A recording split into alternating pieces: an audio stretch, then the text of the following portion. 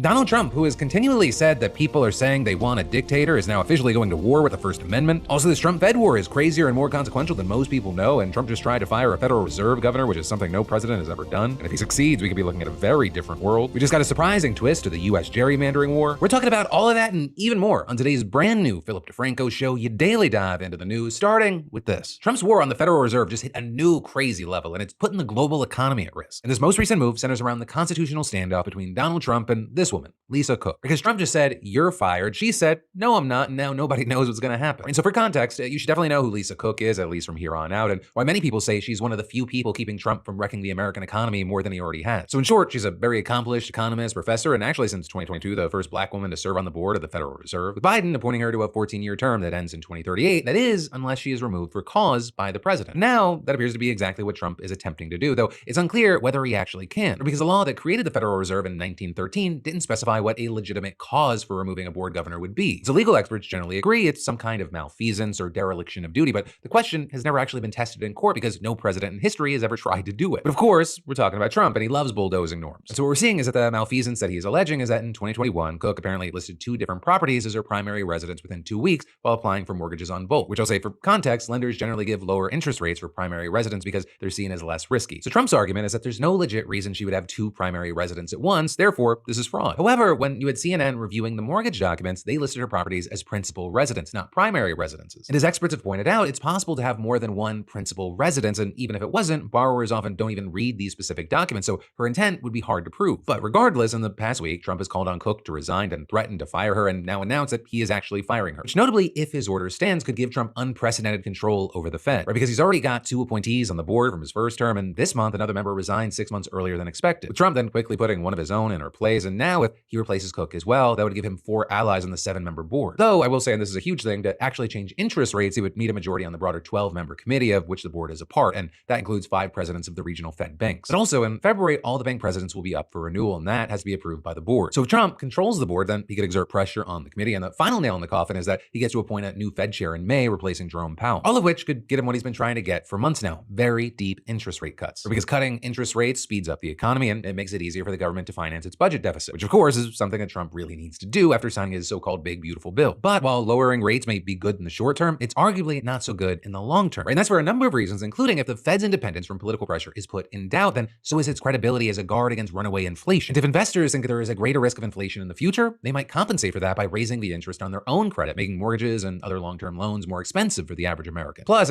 too much inflation is just bad in itself. All of which is why Trump's advisors have so far convinced him not to fire Jerome Powell, but Trump's getting antsy. Reportedly, he wants rate cuts as much as 3 whole percentage points, which in case it does not sound like much to you, to be clear, that is enormous, right? Even when the Fed cut rates by 1 point last year, that was considered a lot, and it's been holding out on any more cuts since then. And so in short, the stakes of firing Cook, they're huge, which is why everyone's been freaking out about it. But this is also where things get dramatic because Cook, she's openly defying the president, with her saying last week after Trump threatened to fire her, "I have no intention of being bullied to step down from my position because of some questions raised in a tweet. I do intend to take any questions about my financial history seriously as a member of the Federal Reserve, and so I am gathering the accurate information to answer any legitimate questions and provide the facts." And then this week, after Trump fired her, I guess at the least told her she was fired, Cook responded, "President Trump purported to fire me for cause when no cause exists under the law, and he has no authority to do so." And adding, "I will continue to carry out my duties to help the American economy as I have been doing since 2022. With her attorney then announcing today that they're suing the Trump administration, saying President Trump has no authority to remove Federal Reserve Governor Lisa Cook. His attempt to fire her based solely on a referral letter lacks any factual or legal basis. We will be filing a lawsuit challenging this illegal action." And you've got legal experts saying that on a first glance, they've got a pretty strong case. Because not only has she not been convicted yet, she hasn't even been charged. This is all based on a criminal referral. Plus, there's the simple fact that even if the alleged fraud did happen, it took place before she entered her current role, which, just generally speaking, you could argue fraud matters. I think that is a valid thing. But whether something completely unrelated to her duties as a board governor counts as cause for firing, that's a separate question that the courts would have to answer. But with all that said, on the other side, you had Trump's Commerce Secretary Howard Lutnick making this argument on CNBC. A governor of the Federal Reserve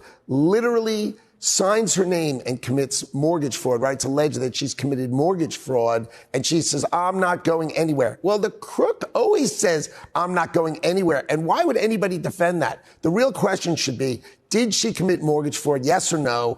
And if you did commit mortgage fraud, please get out of the federal government, get out of the seat of the governor of the Federal Reserve, and go away. But then you have critics of the move countering that anyone with 2 eyes and ears can see that this has nothing to do with Cook's supposed mortgage fraud. With, for example, one Fed historian telling the Washington Post, this is the escalation of a prolonged and ongoing assault on the Fed's legitimacy and the Fed's independence. It's for one purpose and one purpose alone, to bully the Fed to dramatically lower interest rates. Right, and that playing out as you had economist Paul Krugman saying on his Substack, if Powell caves or the Supreme Court acts supine again and validates Trump's illegal declaration, the implications will be profound and disastrous. The United States will be well on its way to becoming Turkey, where an authoritarian ruler imposed his crackpot economics on the central bank, sending inflation soaring to 80%. And the damage will be felt far beyond the Fed. This will mark the destruction of professionalism and independent thinking throughout the federal government. But then this also, it goes beyond the Fed in another way, and that's the pattern of Trump using mortgage fraud allegations to persecute his political enemies. With, very interestingly, his administration making the same criminal referral for Letitia James, the New York Attorney General who sued him, and Adam Schiff, the Democratic senator who led impeachment proceedings against him. And all three criminal referrals against Cook, James, and Schiff, they came from the same little office in one corner of the federal government, the Federal Housing Finance Agency, or FHFA. And that agency is led by a man by the name of Bill Pulte, right? An enthusiastically loyal Trump minion. And in his role, he oversees 2 incredibly important state-run mortgage finance companies that you may have heard of, Fannie Mae and Freddie Mac. And together, they guarantee about half of the existing home loan market, which is trillions of dollars large. But back in March, Pulte overhauled their boards, made himself chairman of both, and then purged top staff. And so as a result, experts say he could have access to vast troves of personal mortgage data on millions of Americans. So perhaps it's then not a coincidence that he was the first person to accuse Cook of fraud, with him personally attacking her on social media for a week now and saying last night, if you commit mortgage fraud in America, we will come after you, no matter who you are, and adding, fraud will not be tolerated in President Trump's housing market. But there, as one expert explained to the Post, mortgage fraud investigations are typically brought by the FHFA's inspector general, not the agency's head, which is then why so many people see this as transparently political, with that expert saying, this is like the county sheriff who has his deputies pull over his political opponents every time they drive on the parkway. But also, because this story is so consequential and it's very easy to get lost in the weeds, I'm bringing on a guy who's way smarter than me on this to break things down, economist Joey Politano. You might have seen him on X. He's also got a Substack newsletter where he writes about economics. You should definitely check it out, but we just jumped into it. So Joey, is there any historical precedent for what Trump's trying to do with Lisa Cook here? Very, very little. This is the first time a member of the Fed has been fired by the sitting president, and it's certainly the only time in which this is done with so little procedure beforehand. So people on the Fed have been removed before. I'll give an example of Richard Clarida, who was the former vice chair, who left basically after an investigation into his stock picking behavior. But that's something where you had an inciting incident, years of investigation, internal to the Fed, and then not even a action by the president, but internal to the Fed, basically pressured to resign and then replace. The idea of just like firing someone off the bat is unheard of. And the only comparison points in American history are not pretty. It's stuff like Richard Nixon pressuring the members of the Fed to lower interest rates during his presidency. It's like very early on in the history, before the existence of an independent central bank. And the comparisons to foreign countries are also really not pretty. I think the closest example you come to in places that aren't the United States is Erdogan in Turkey replacing the head of the Turkish central bank several times because he wanted lower interest rates, even though inflation was really high. And then inflation kept getting higher and higher in Turkey because he kept replacing the head of the central bank for keeping rates higher than Erdogan wanted. Do you feel like this is,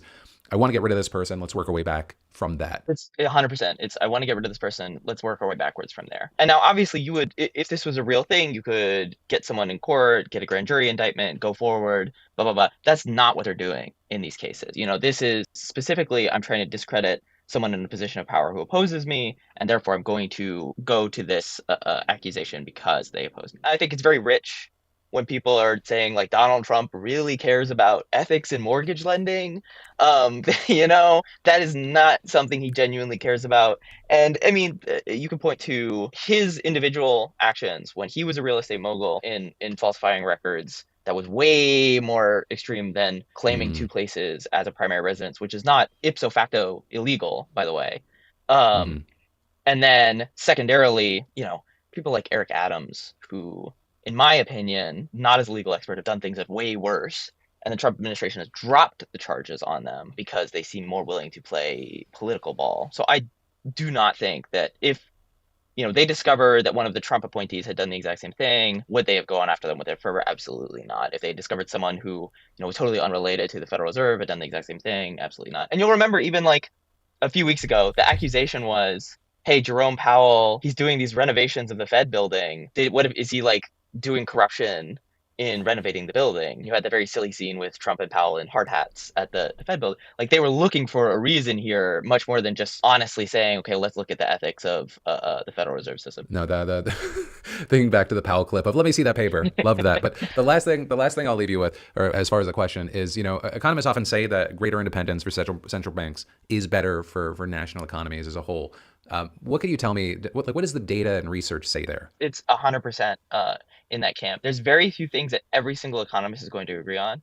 The idea that the Federal Reserve should be insulated from short-term political pressure is one of them, one of the major ones. And so the reason why Nixon wanted more control of the Fed, his strategy was much more subterfuge political pressure than the more like the obvious strategy that Trump is going. But he wanted rates lower in election years so that the economy would grow more at the cost of more inflation.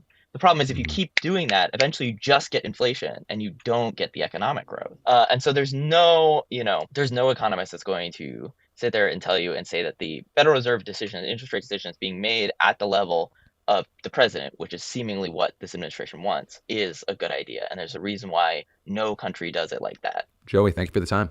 Thank you for having me on. And then there's more I'm going to dive into with you in a second. But first, let me say, a buddy of mine recently got hacked and then someone applied for a credit card in his name through, let's say, a very well-known bank we all know. He calls them the second he finds out, and their response is, sorry, don't know what to tell you. And not only was the card approved, they wouldn't tell him where it was being sent or how to stop it. I mean, talk about feeling helpless. And that's just one of the reasons I use NordProtect, today's sponsor, and a legit all-in-one hub to protecting your identity. I mean, it monitors everything, the dark web, your credit, even criminal records, all in one place, working quietly in the background 24/7. You get real-time alerts if someone opens an account in your name or if your info gets leaked. When I added my details, it instantly flagged multiple breaches I didn't even know about. And if things go sideways, NordProtect includes up to $1 million in recovery coverage, plus a dedicated case manager to walk you through cleanup. They also cover cyber scams, extortion attempts, and even malware-related damage. Setup's quick, supports 24/7, and their flexible plans actually make sense. So hey, if you want protection that actually does something, scan the QR code or go to nordprotect.com/PhilProtect and use code PhilProtect for an extra 5% off. It's nordprotect.com/PhilProtect, code PhilProtect. Protect your identity before someone else uses it. But then, jumping back into the news, we got to talk about the fact that even if Trump is attacking the independence of the Fed, he isn't a dictator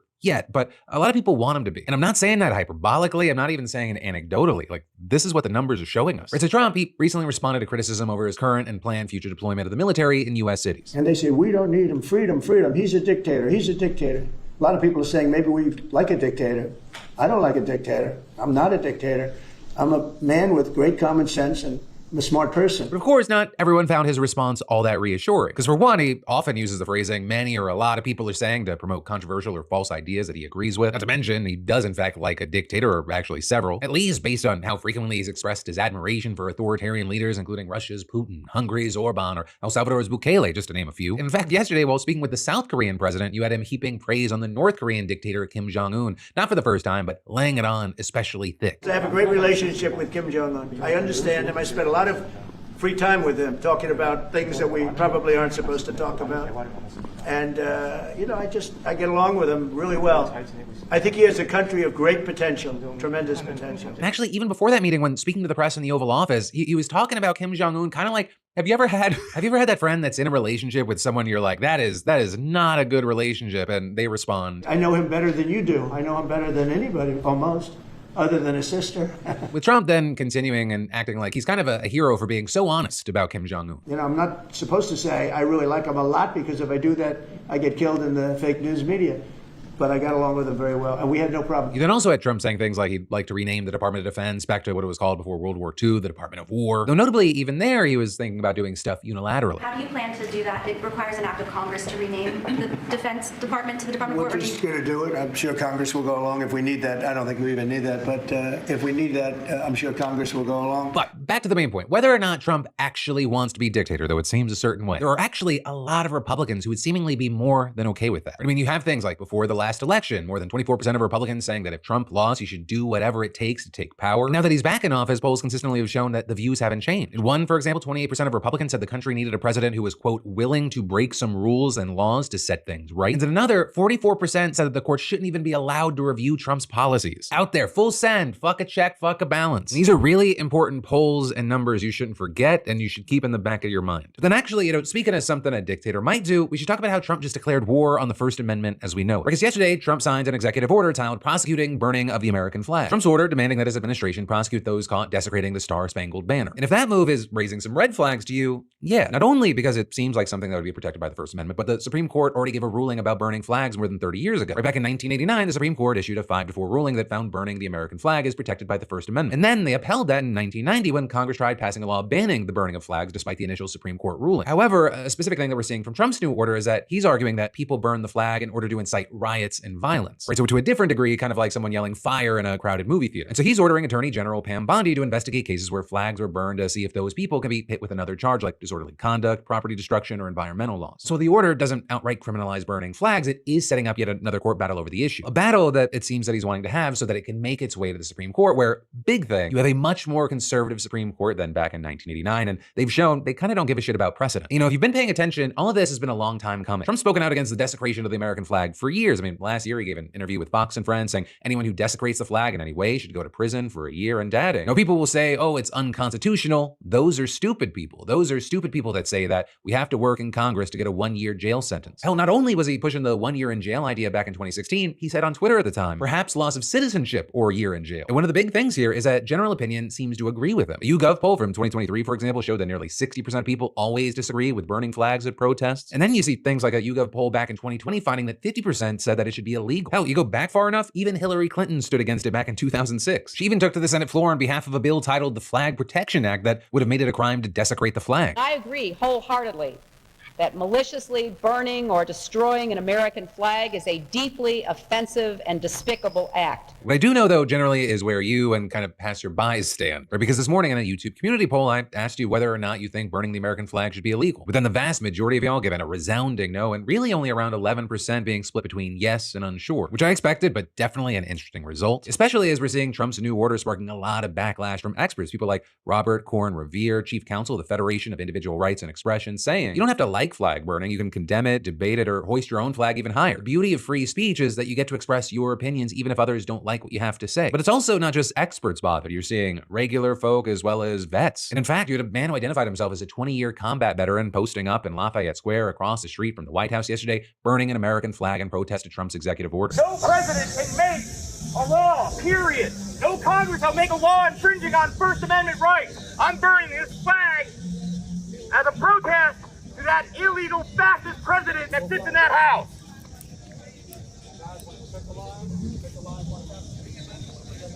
Do this for every single one of you American citizens.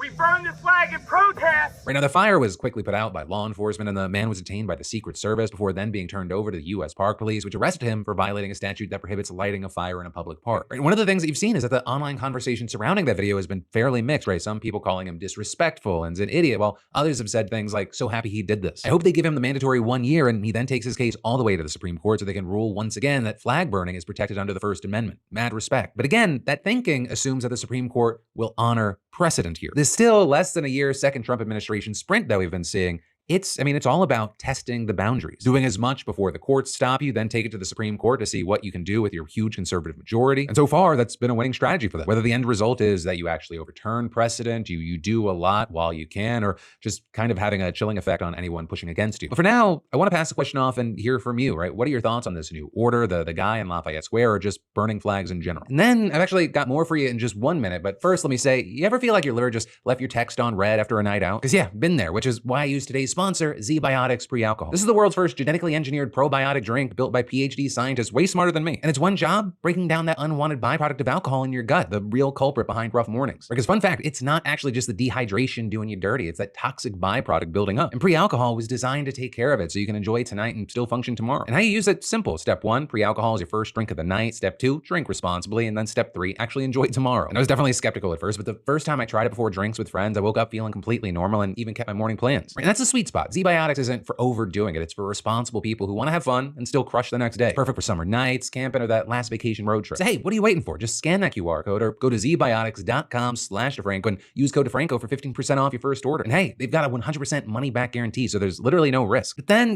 diving back into the news, free speech, it's not the only pillar of democracy that seems to be at risk of crumbling. Or because this US gerrymandering war, it's just getting bigger and bigger. With now another state redrawing its congressional map in the middle of the decade. Though this time it's said to prevent gerrymandering gerrymandering, and it's on a judge's order. Because in Utah, you have Judge Diana Gibson ruling against the state's Republican-led legislature and ordering new maps drawn for 2026, with the reasoning having less to do with the actual design of the old maps, but the way we ended up with them in the first place. Because back in 2018, Utah voters approved a ballot initiative setting up an independent redistricting commission to draw boundaries for the state's legislative and congressional districts. But then, wouldn't you know it, in 2020, the lawmakers there effectively repealed the initiative by transforming the commission into an advisory board that they could just ignore if they disagreed with its recommendations. And the next year, that's exactly what you saw happen, with lawmakers rejecting every congressional map put forward by the board and just coming up with their own vision. But now you've got Judge Gibson ruling that the state legislature unconstitutionally repealed the ballot measure in writing. Redistricting is not a mere exercise in political line drawing, it strikes at the very heart of our democracy. The way district boundaries are drawn determines whether the right to vote is meaningful, whether equal protection is honored, and whether the fundamental promises of our state and federal constitutions are upheld. How district lines are drawn can either safeguard representation and ensure accountability by elected representatives, or erode public trust, silence voices, and weaken the rule of law. But even with all that said, it's actually unclear whether Utah will really have new maps in time for the next election. Or because the Republicans there, they know how to play the game and they're expected to appeal, and there's a chance that they could just run out the clock and avoid adopting new maps until at least 2028. Whichever way this goes, I mean, it could be huge. I mean, it could be the game changer in terms of control of Congress. At least, when you consider the razor-thin margins in the House right now, because currently Utah has 4 representatives in Congress and they're all Republican. Right, but the current map, the one not recommended by the nonpartisan commission, it splits the residents of Salt Lake County between those 4 districts. In Salt Lake County, it's a Democratic stronghold that also accounts for around 36% of the state's population. So there's definitely potential for a new, more fairly drawn map to make a difference here. Though, I will say, while this really, really matters, the outcome of the next election may ultimately depend on what happens with Texas, California, and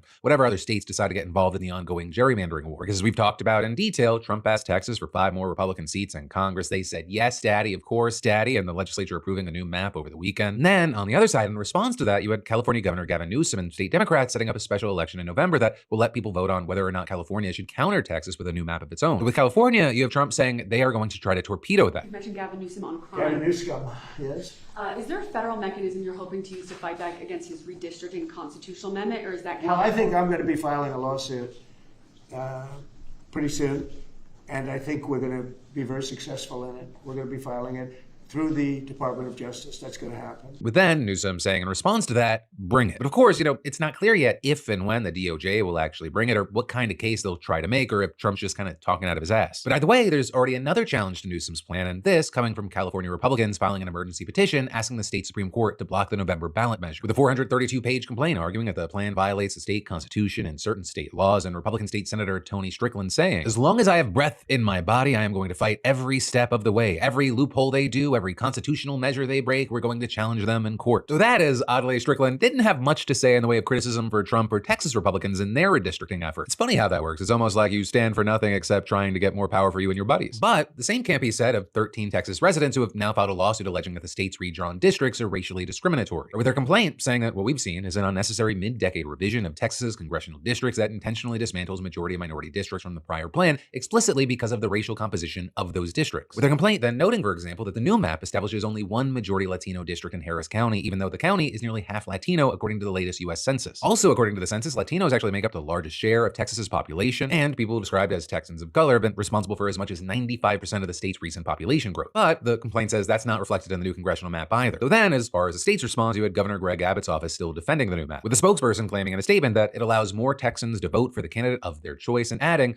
voters, especially Hispanic Texans, are increasingly moving away from Democrats and deserve to vote for candidates who better align with their values. And while we're going to have to wait to see what happens here and in the rest of the country, one thing is clear for sure. Democrats need to do everything they legally can and show a spine here, because many Republicans nationwide have made it clear that the goal is power by any way necessary. Rules for thee, but not for me. And the only way back to normal is to fight where the fight has gone. But hey, that's just one idiot's thoughts, I guess. The next in other grim news about the future of America, if you're an entry-level worker, AI is already taking your jobs. And that's not just anecdotal. This is actually backed up by a first-of-its-kind study now. Or with that new study, which was released just today by 3 Stanford economists, appearing to provide hard evidence to support the stories we've been increasingly hearing for years now about AI stealing jobs. Now, notably, I'll say the research hasn't yet been peer-reviewed, but the work, it's very thorough, and the researchers accounted for other explanations that could impact employment. Where things like economic shocks that affect certain industries and firms, the impact of remote work and outsourcing, the general slowdown slowdown in tech hiring and post-COVID education trends. And their findings here, they are massively consequential. Right? I mean, specifically, the economists analyzed data from ADP, the largest payroll software provider in America, and they drew from records for millions of workers across tens of thousands of firms. With that data also including detailed information on workers' ages and occupations, and that's actually very significant because, as the Wall Street Journal explained, the specificity of the data means that this reporting is, quote, one of the clearest indicators yet of AI's disruptive impact and is far more comprehensive than the survey of households the Labor Department uses for its monthly employment report. Right? And actually, at first, when the economists looked at the data as a whole, it didn't appear that AI was having a major impact on jobs. That's likely because, generally speaking, most industries aren't seeing sweeping gains from AI, at least from a business perspective, or because at least currently, most of the benefits are concentrated within a few specific occupations. And so with the researchers zooming in and looking at specific positions where AI could be used to automate many key tasks of workers, jobs like software developers, receptionists, translators, and customer service representatives. From there, they discovered that overall employment in those categories had softened since late 2022 when compared to other occupations. But where it actually gets really interesting is when you break that data down further by age, because economists found that when looking at the most AI-exposed jobs, employment for early career workers aged 22 to 25,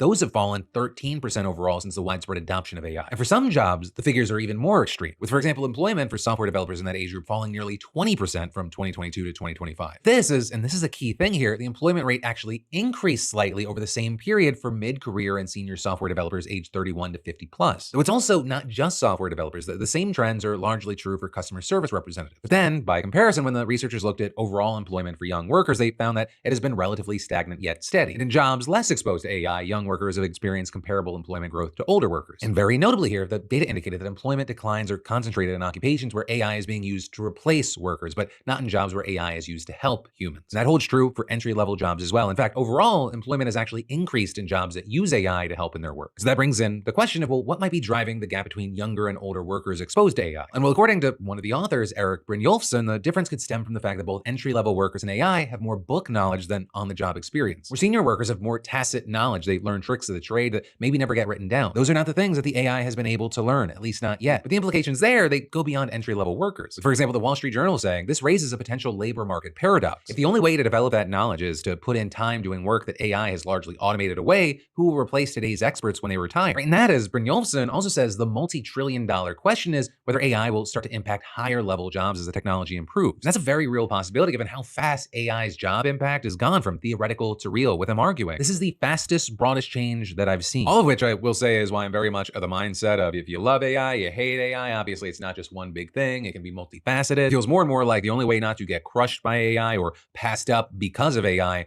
is to learn how to use these things as tools. And of course, all of this is, I always say, where we are with AI today is the worst it will ever be.